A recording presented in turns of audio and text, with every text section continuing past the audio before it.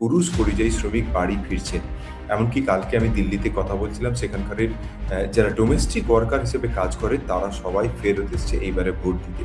যে নাম বাদ দেওয়া হয়েছে, নানাভাবে অন্যায়ভাবে যে বাদ দেওয়া হয়েছে, তার প্রতিবাদে এই ভোটে অংশগ্রহণ। হয়তো ভোটাররা তৃণমূল কংগ্রেসকেই ভোট দেবেন বলে আমার মনে হয়। এটা একটি ঐতিহাসিক নির্বাচন এই কারণে যে পশ্চিমবাংলায় এসআইআর এর আবহে যে নির্বাচন এবং সেখানে একটা বিপুল সংখ্যক মানুষ অংশগ্রহণ করেছে।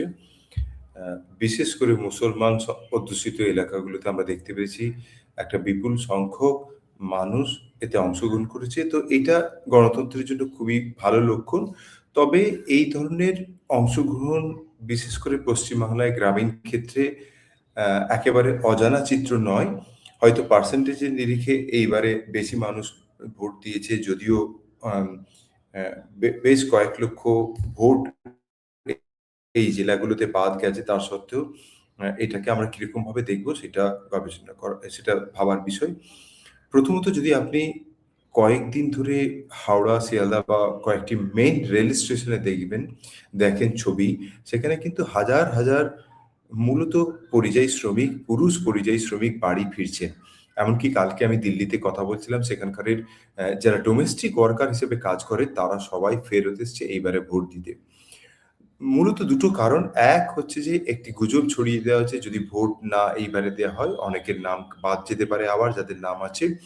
আর দ্বিতীয়ত তারা মনে করে তাদের পরিবারের যে নাম বাদ দেওয়া হয়েছে, নানাভাবে অন্যায়ভাবে যে বাদ দেওয়া হয়েছে, তার প্রতিবাদে এই ভোটে অংশগ্রহণ। আমি তো এইভাবেই ব্যাখ্যা করব এবং আমি গতকাল অ্যা উম পশ্চিমবাংলার বাইরে বিভিন্ন শহরে আমাদের পরিচিত জনদের কাছ থেকে এই কথা শুনতে পেরেছি যে তাদের বাড়ির ডোমেস্টিক ওয়ার্কার বা এরকম সহায়ক যারা কর্মী তারা সবাই বাড়ি গেছে মূলত ভোট দিতে।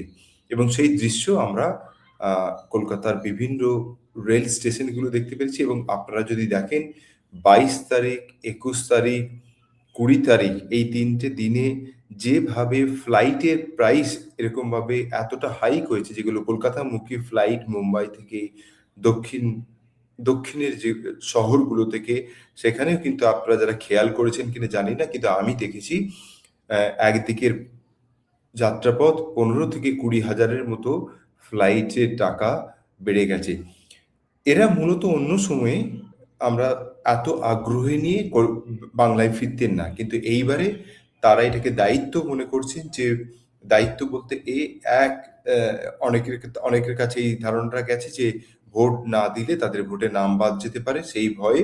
আর দ্বিতীয়ত এই ভোট যারা ভোট দিতে পারে না তাদের হয়েও ভোট। সেই কারণেও একটা গ্রুপ এসেছে বলে আমার ধারণা এবং সেইজন্যেই আমরা দেখতে পাচ্ছি একটা বিপুল সংখ্যক মানুষ এই ভোটদানে অংশগ্রহণ করেছে।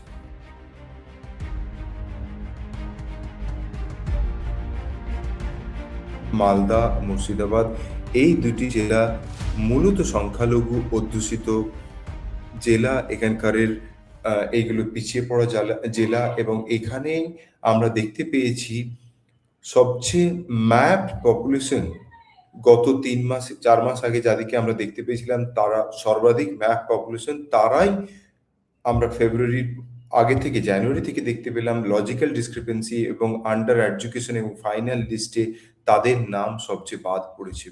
সুতরাং তারা পরিযায়ী শ্রমিকের একটা বড় অংশ বা অন্য কাজেও যুক্ত থাকতে পারে তারা, কিন্তু তারা এই ভোটকে একটি যোগ্য জবাব বলে মনে করছে। কেননা তারা জানে যে নির্বাচনে ভোটার লিস্ট সংশোধনের নামে যে নির্যাতন, যে ধরনের হেনস্থার তাদেরকে শিকার হতে হয়েছে, সেই হেনস্থার উপরে একটি যোগ্য জবাব হতে পারে এই ভোট প্রক্রিয়ায় অংশগ্রহণ করে তাদের উপযুক্ত প্রার্থীকে জয়যুক্ত করতে।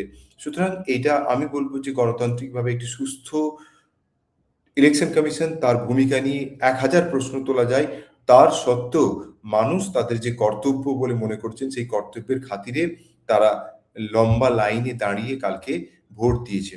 এবং আরেকটি কথা বলে রাখি, আপনি যদি বিগত বছরগুলোর ইলেকশন দেখেন, সেখানে আমরা স্পষ্টভাবে দেখতে পাই যে এই জেলাগুলোতে মহিলাদের ভোটদানের সংখ্যা বেশি ছিল। কারণ পুরুষরা বেশিরভাগ সময় বাইরে থাকে। এইবারে আমরা যে ছবি আমরা টেলিভিশন চ্যানেলে বা আমরা কথা বলে দেখতে পেয়েছি যে পুরুষ মানুষরাও সমানভাবে এগিয়ে এসে এই ভোটদানে অংশগ্রহণ করেছে। এটা থেকে বোঝা যাচ্ছে তারা গত ৪ মাস ধরে যেরকমভাবে তাদের নাগরিকত্ব নিয়ে এক প্রকার ছিনিমিনি খেলা হয়েছে, তার একটা যোগ্য জবাব দেবার জন্য একেবারে দৃঢ় প্রতিজ্ঞ ছিল এবং তারা সেই কাজটা করে দেখেছে। সেইটাই তার প্রতিফলন বলে আমার ধারণা।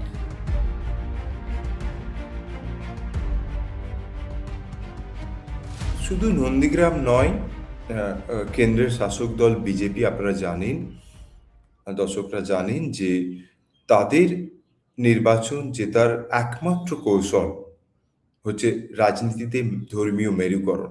এসআইআর মানে আ মূলত দেখা গেল সংখ্যালঘু মানুষদের বাদ গেছে এবং নন্দীগ্রামের ক্ষেত্রেও মেরুকরণের রাজনীতি কিন্তু নন্দীগ্রামের বিজেপি প্রার্থী অর্থাৎ শুভেন্দু অধিকারী এই প্রশ্নের উত্তর দিতে পারেননি যে কেন প্রায় ৯৫% মুসলমান ভোটার তালিকা থেকে বাদ গেছে। এই প্রশ্নের উত্তর দিতে তিনি অস্বীকার করেছেন সাংবাদিকদের এবং তার সত্ত্বেও যারা ভোটার আছে তারা সবাই এবং নিশ্চয়ই মেরুকরণের রাজনীতি বিশেষ করে শিল্পাঞ্চল এবং নন্দীগ্রামের মতো জেলায় যেখানে বিজেপি খুব সক্রিয় তারা এটা করার চেষ্টা করছে। আমার মনে হয় না আ আ কারণ বাংলার মানুষ রাজনীতি সচেতন।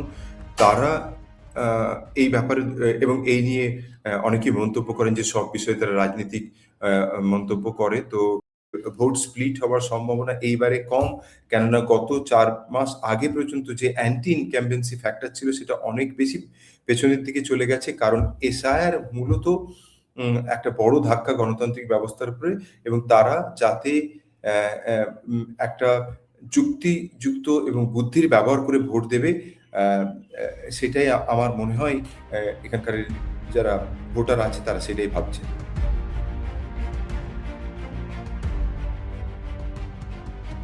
এরকমভাবে কে পাবেন বলতে পারব না। কিন্তু শামশেরগঞ্জের মতো জায়গাতে বা অন্যান্য জায়গা থেকে তারা সবচেয়ে নির্ভরযোগ্য এবং যোগ্য যারা আপাতভাবে ভোটে জিতে এলে তাদের ভোটাধিকার ফিরিয়ে দিতে পারবে তাদের সহনাগরিকদের, তাদের জন্যই ভোট দেবে বলে আমার ধারণা। তো অফ কোর্স এই ক্ষেত্রে আমরা দেখতে পাই যে তৃণমূল কংগ্রেস যারা শাসক দল এখানে তাদের গ্রহণযোগ্যতা খানিকটা বাড়তে বাধ্য। কেননা আমরা জানি যে লেফট বা কংগ্রেসের এ এ কা অবস্থা মানে অনেক সময় এই জায়গাগুলোতে খুব একটা ডিভিশন হলে বিজেপির মতো প্রার্থী জিতে যায়। সেই দিক থেকে খেয়াল রেখে হয়তো ভোটাররা তৃণমূল কংগ্রেসকেই ভোট দেবেন বলে আমার মনে হয়।